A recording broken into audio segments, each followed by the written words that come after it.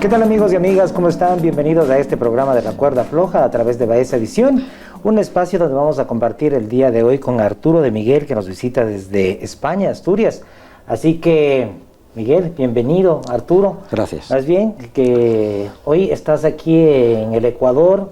Entendemos que trabajas con la naturaleza en una fundación y también te dedicas al arte, a la pintura. Eso es. Cuéntanos, ¿cómo está tu visita acá en el Ecuador? Bueno, yo desde pequeño siempre me sentí muy atraído por la Amazonía y por los Andes. ¿Ya? Y tardé mucho tiempo en conocerlo. Pasaron muchos años antes de que pude venir a conocerlo. Pero ya cuando vine la primera vez, ya me quedé enganchado y entonces ya no pude más que pensar en volver una y otra y otra y otra. ¿Ya? ¿Cuántas veces has estado aquí en el Ecuador? En Ecuador concretamente dos. ¿Dos veces? Dos veces. En Perú 3, y entramos un poco en el norte de Bolivia y bueno, en Centroamérica. Entonces, pero siempre me sentí muy atraído sobre todo por esta zona de aquí, lo que es una parte del Perú y sobre todo la zona esta de Ecuador, ¿no? Ya, en la parte de la Amazonía, en el Perú, en la sierra o en la Amazonía.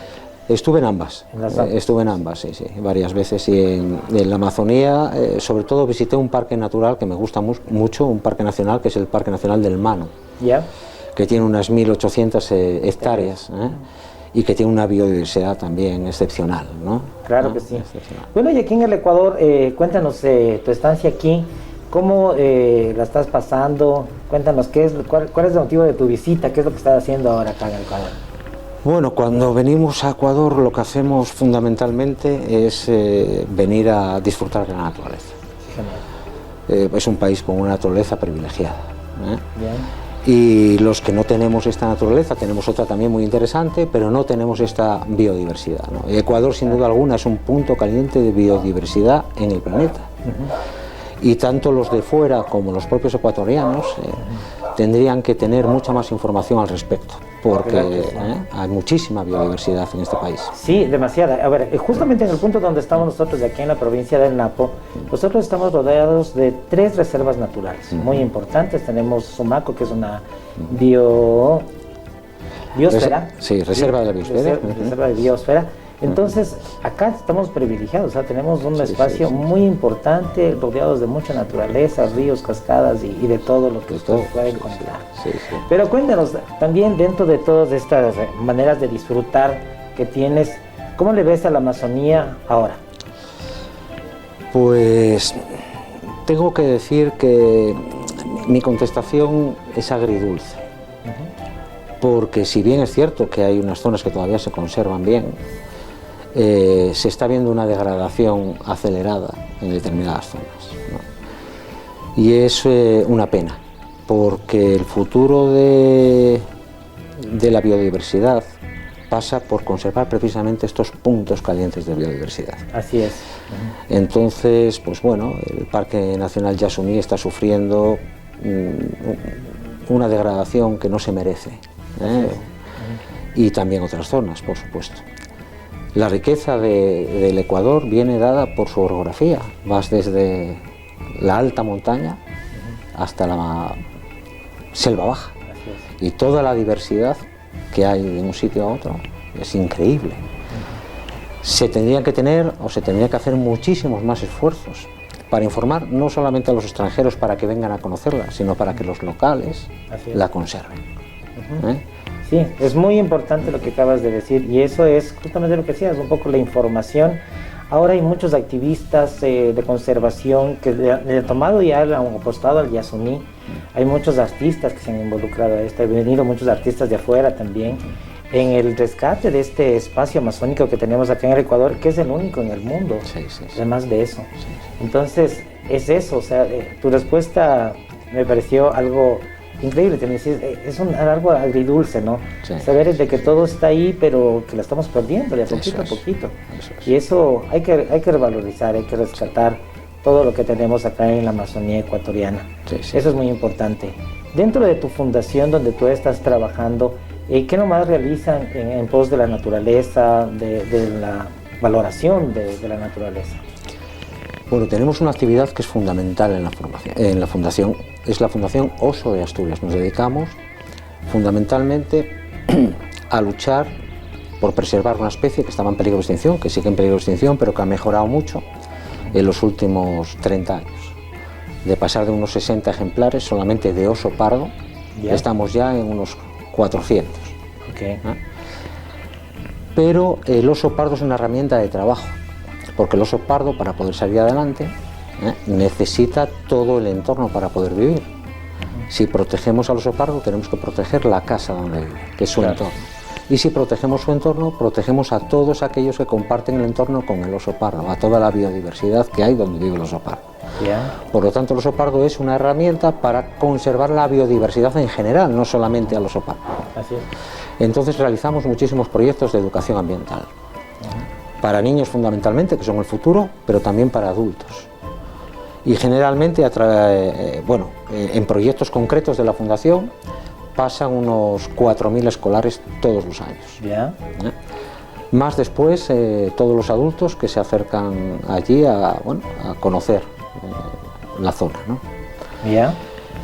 Es increíble, sabes que aquí también tenemos una fundación que es la de Andrew Beer, que la maneja Armando Castellanos, un amigo que le decimos el amigo oso. Él vuelta cuida el oso de anteojos.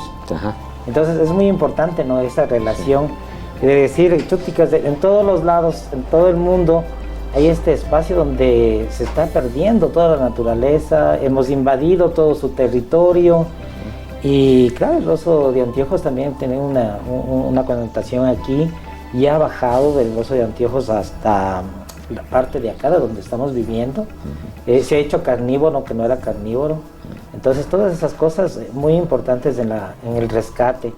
Hay que trabajar en los corredores de biodiversidad para que los animales puedan tener ese recorrido normal, puedan hacer su vida. Eso es muy importante. Y hace algunos años, acá te comento, Arturo, que estuvo trabajando una fundación muy especial donde comenzaron a trabajar con los corredores ecológicos en toda esta parte aquí de la Amazonía, con buenos resultados, con una campaña muy especial, con rotulación, que ustedes la pueden ver también ahí a la entrada de Papayacta. Cuidado con el oso, lo podemos ver. Hace una semana estuvo justo aquí en la Y, a pocos metros de la gente, estuvo dos osos de anteojos. Nos lo habían comentado, sí.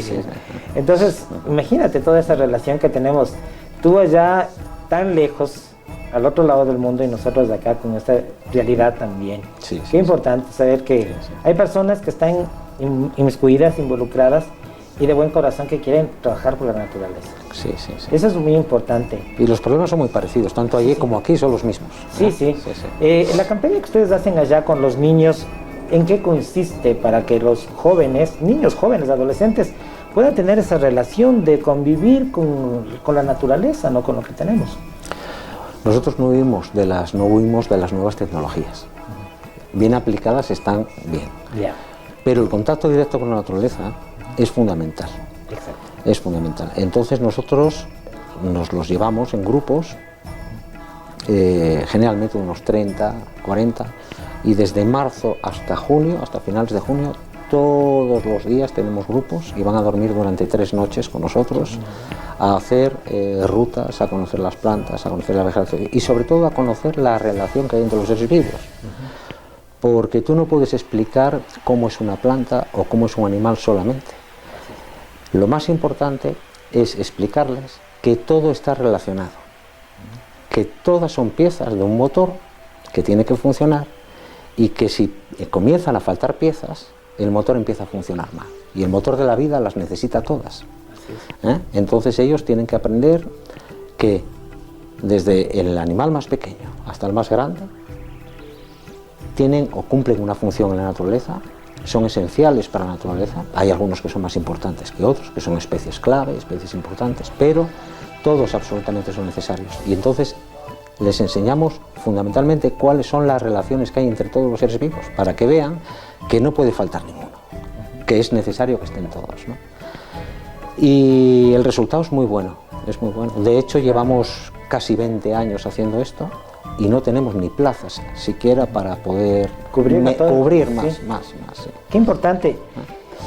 O sea, me parece un sueño. Imagínate estar 3 días, o más bien 3 noches de ahí compartiendo con la naturaleza. Eso es increíble. Sí, sí. Eso lo podemos compartir aquí en la parte baja de la Amazonía, en las comunidades. Claro. Puedes ver que los niños conviven con los animalitos. Y si los niños no pueden venir, se puede ir donde están los niños también. Claro, o sea, vamos de ahí, se convive. Claro. Es muy importante, algunas comunidades tienen todavía esa facultad de trabajar con los niños, con los animalitos que están ahí. Claro. Es muy importante. ¿Qué más te quería comentar más bien? Que nos digas, y el trabajo que hacen con los adultos mayores. El adulto viene con una idea prefijada de las cosas. ¿Ya?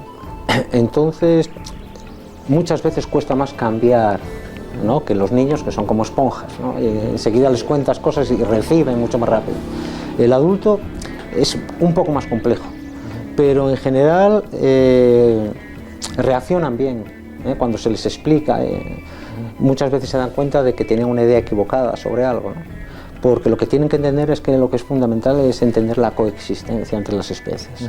Nosotros somos una más, pero nosotros podemos aportar algo que no pueden aportar los animales. Los animales no pueden decidir si las cosas están bien o mal hechas, las hacen y ya está. Pero nosotros sí podemos decidir si tenemos que cambiar una manera de actuar. Cuesta el mismo esfuerzo hacer las cosas bien que hacerlas mal. Claro que sí, eso es justo lo que tú decías, es la relación, ¿no? Por ejemplo, aquí en esta parte de la Amazonía y justamente acá donde estamos en Baeza, en Quijos, había mucha gente que cazaba al oso, porque se llevaba el maíz, porque se cosechaba sus cosas, pero a la final, ahora con el tiempo se da cuenta que es una especie que está en peligro de extinción. También es una especie que ha comenzado a invadir también, bueno, nosotros invadimos primero, ¿no? Sí. Y que nos comenzaron a invadir nuevamente, pero de igual, o sea, las personas que vivieron en esa época, que comían el oso, lo cazaban para comerse también, entonces se han dado cuenta, o sea, que es cuestión de trabajar con la naturaleza, ¿no? De convivir con la naturaleza. Hay personas adultas mayores que muchas veces dicen, chicas, sí me arrepiento de haber hecho esto, ¿no? Y claro, tienen de recuerdo sus patitas, sus cosas ahí, o sus pieles, ¿no? Entonces, claro, o sea, esa es una parte de todo lo que se ha podido vivir acá, y me imagino que sea también en es lo mismo. Es increíble, pero pienso que justamente el trabajo que ustedes hacen, las fundaciones, la fundación donde tú estás y la gente acá que ha venido a trabajar acá con proyectos de conservación, esta fundación de Andean Beer que estuvo aquí trabajando, la fundación Ecofondo que se llamaba, que ha venido a trabajar acá, ha dejado buenos legados y ha dejado buenos espacios donde la conciencia de los jóvenes que aprendieron en esa época, que ahora ya son adultos, pues saben que tienen que convivir con la naturaleza, que hay métodos, hay formas.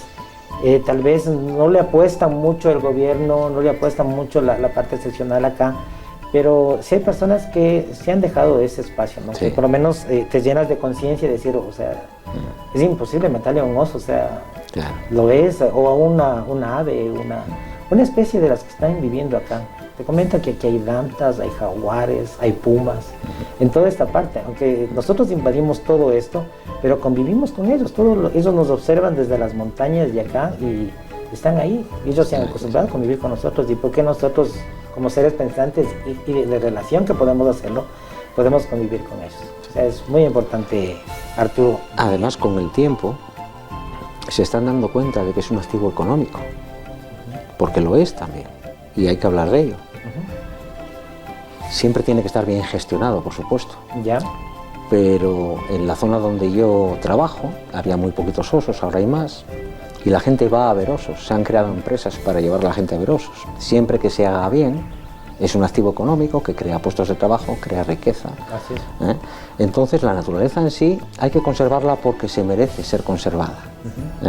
Miles de años de evolución que nosotros estamos tirando a la papelera por no pensar en cómo hacer las cosas.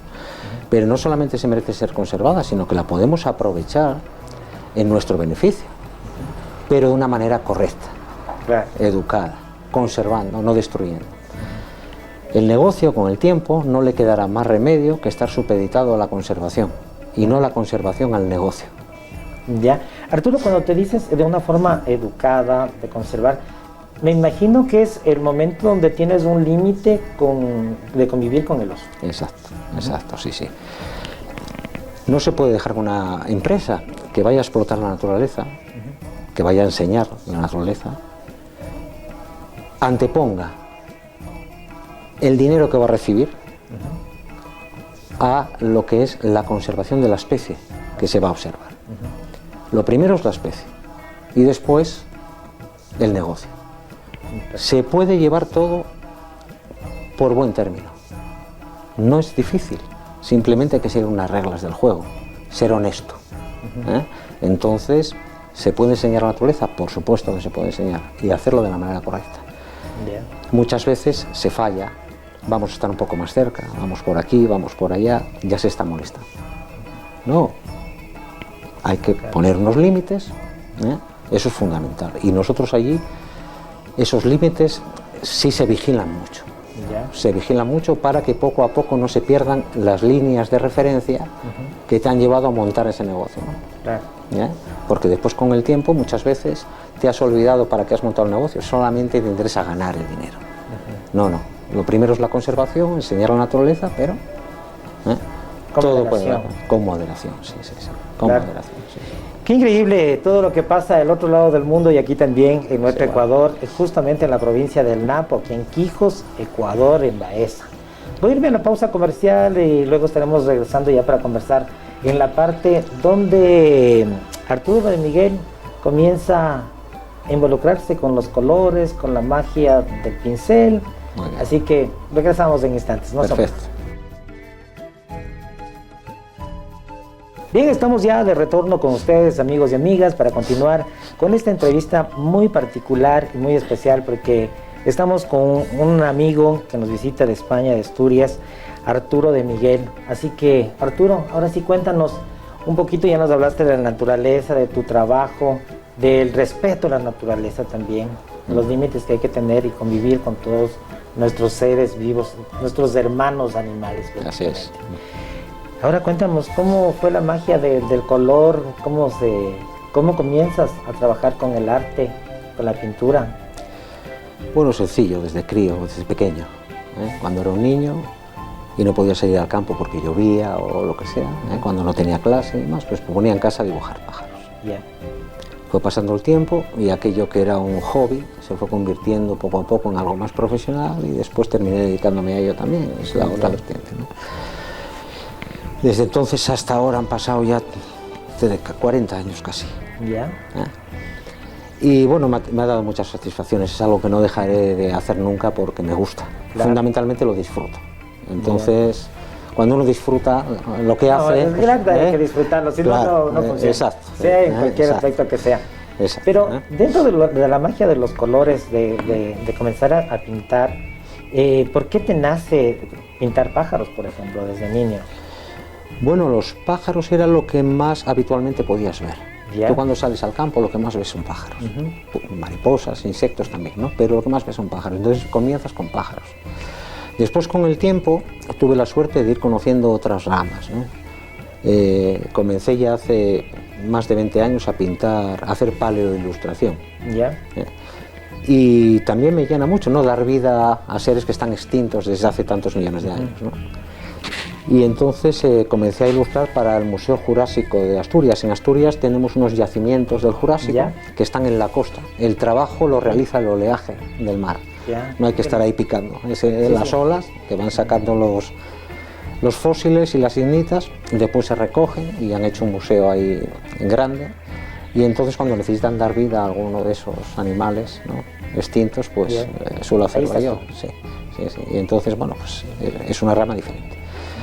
Pero el objetivo fundamental, cuando ya me he empezado a profesionalizar y a pintar para libros o para hacer exposiciones, fundamentalmente, aunque el arte en sí mismo se disfruta, es un objetivo más bien conservacionista. A mí me gusta acercar a través del arte las especies a la gente. Ya. Y entonces aprovecho siempre que hay una exposición o hay algún acto que tenga que ver con mi pintura, fundamentalmente para hablar de conservación.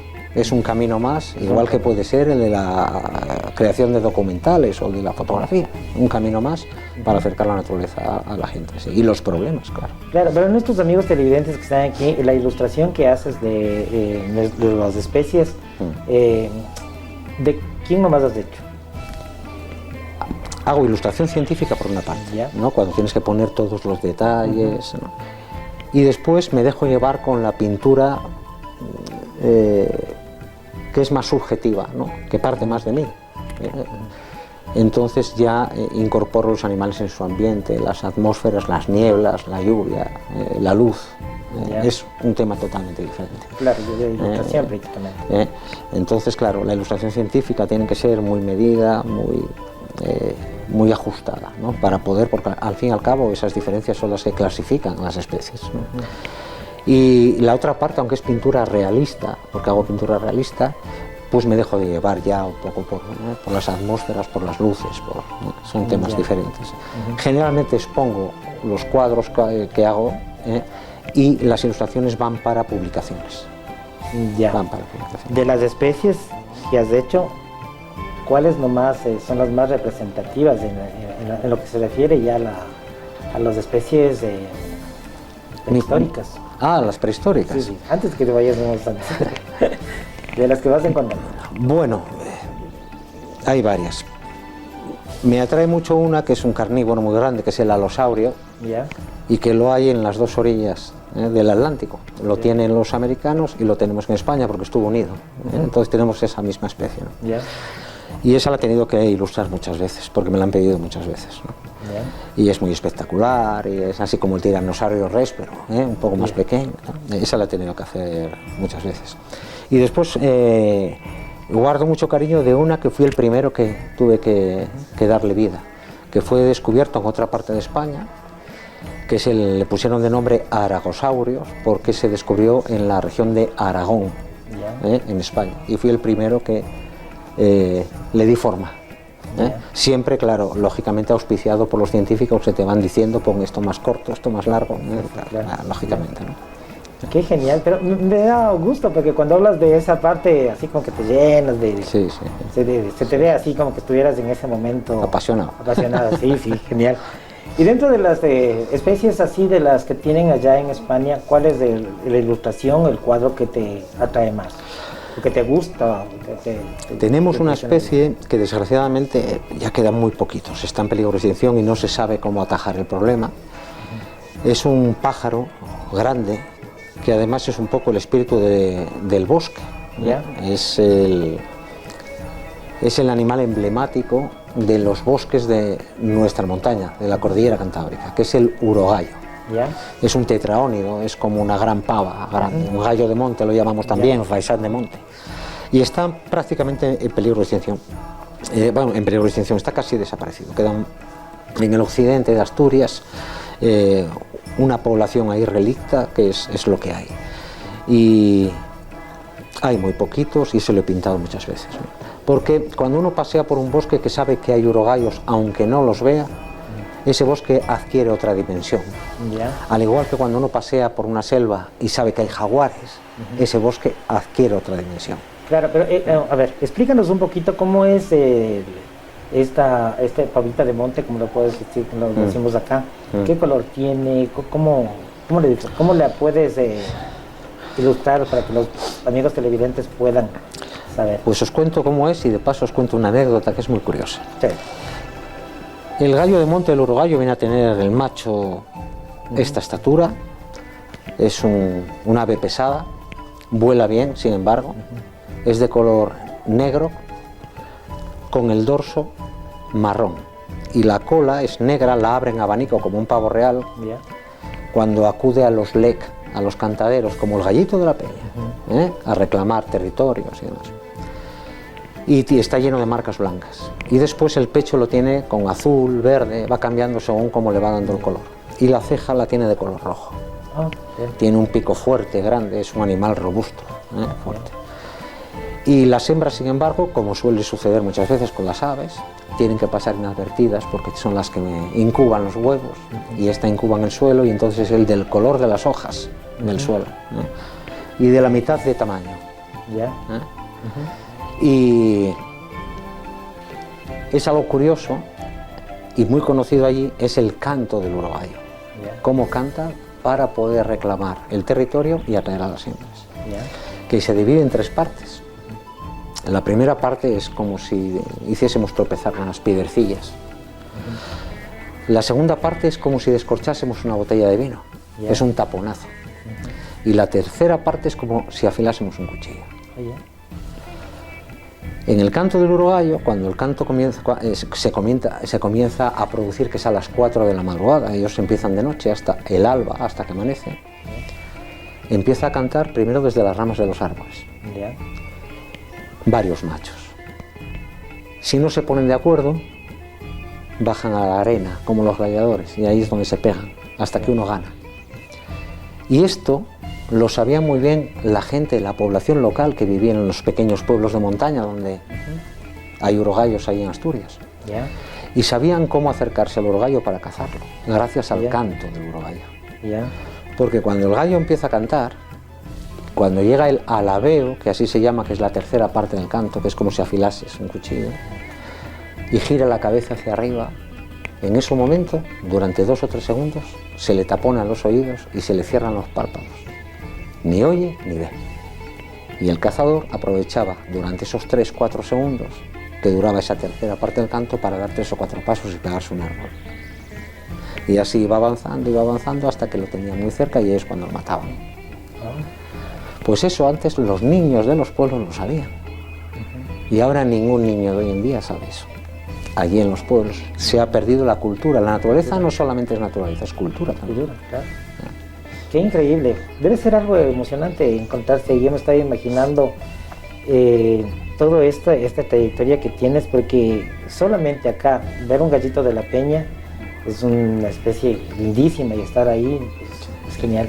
Imagínate un ave que es mucho más grande con ese tipo de canto. O sea...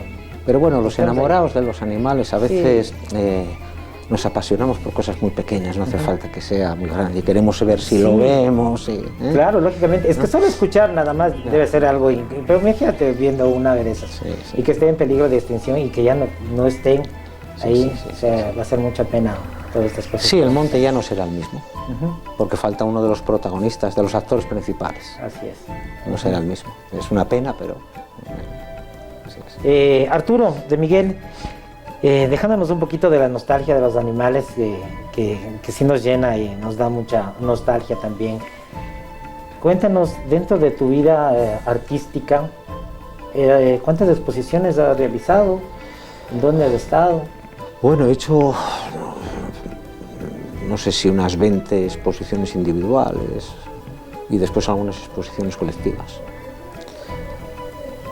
Fuera de España, por ejemplo, he estado exponiendo en el museo, en el Templo del Sol, en Cuzco, en el Coricancha. Fue una exposición colectiva y me llamaron para participar en ella hace ya unos cuantos años. Aprovechando que era, me parece que era el 12º Congreso de Ornitología Neotropical, que se celebró allí. Tuve que enviar los cuadros porque yo no pude asistir físicamente, pero creo que estuvo muy bien, que fue mucha gente, muchos ornitólogos. La mayor parte de mis exposiciones son en España, claro, lógicamente. Y tenemos un proyecto ahora expositivo muy bueno para el año que viene, que tiene que ver con Ecuador. Qué lindo. ¿Ya? Porque se dio la casualidad de que un amigo, José María Fernández Díaz Formentí, pasó por el Chocó. ¿Ya? Y conoció a unas personas que estaban hablando sobre educación ambiental y demás. Y él comentó, yo tengo un amigo que trabaja en esto, ¿no? Y esas personas del Chocó fueron allá, estuvieron en Asturias, ¿no? Qué bueno. Y se dio la casualidad de que tanto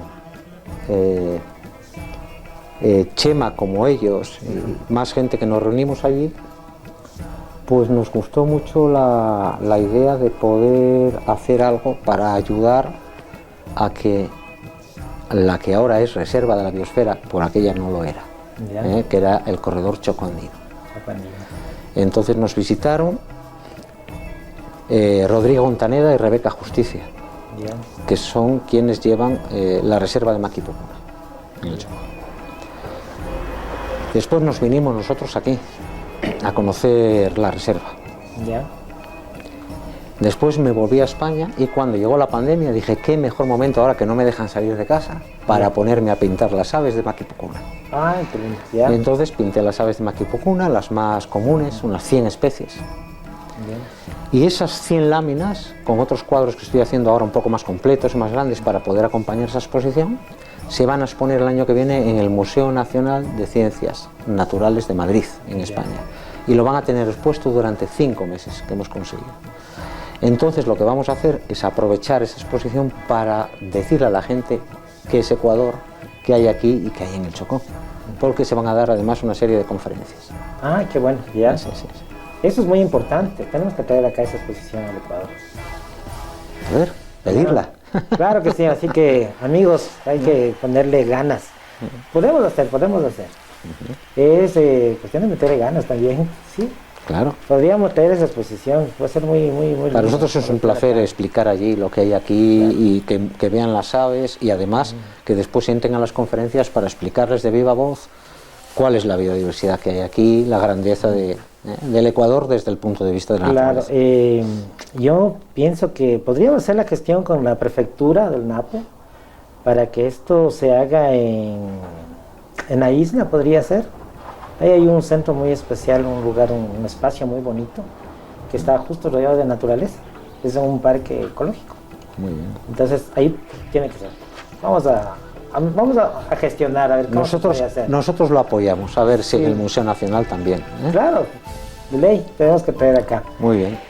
Arturo de Miguel, en esta noche quiero agradecerte por estar aquí con nosotros, de contarnos tu historia, tu vida, tu pasión, la naturaleza, el arte. Es muy importante, así que yo quisiera que nos des un mensaje de SOS a toda la gente a través de este medio, donde vaya esa visión, para que pueda conservar lo que tenemos, para que pueda ver desde otro punto de vista la vida que llevamos y cuál es nuestra responsabilidad como seres humanos. España tiene naturaleza, pero desde luego nada comparado con lo que tiene Ecuador. Los ecuatorianos tienen que ser conscientes de la riqueza natural que tienen. Y son los ecuatorianos quienes la tienen que, en primer lugar, apoyar. Después podrán venir ONGs, podrán venir gente de todas partes a apoyar, pero son los ecuatorianos los primeros que se tienen que dar cuenta de la necesidad que hay de conservar el gran legado natural que además hay que dejar a los que vienen después. No se lo pueden perder. No se lo pueden perder. Entonces yo animo a todos los ecuatorianos a que sean conscientes de lo que tienen y que lo apoyen y que lo conserven, porque es único. Gracias Arturo de Miguel desde España, Asturias. Ha estado con nosotros en esta noche en este programa que se llama La Cuerda Floja.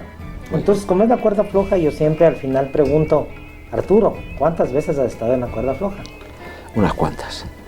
¿Y las principales cuáles? No, esas me las voy a callar. Las vamos a dejar ahí para una próxima entrevista y si es de ser posible, vamos a ver cómo gestionamos a que esta exposición pueda llegar hasta el Ecuador, a la Amazonía, donde estamos justamente en la mitad de todo el mundo, donde tenemos una biodiversidad increíble y que los ecuatorianos tenemos que revalorizar eso de mucho corazón. Así que muchas gracias amigos, será hasta la próxima. Muchas gracias. A ti. Un gusto.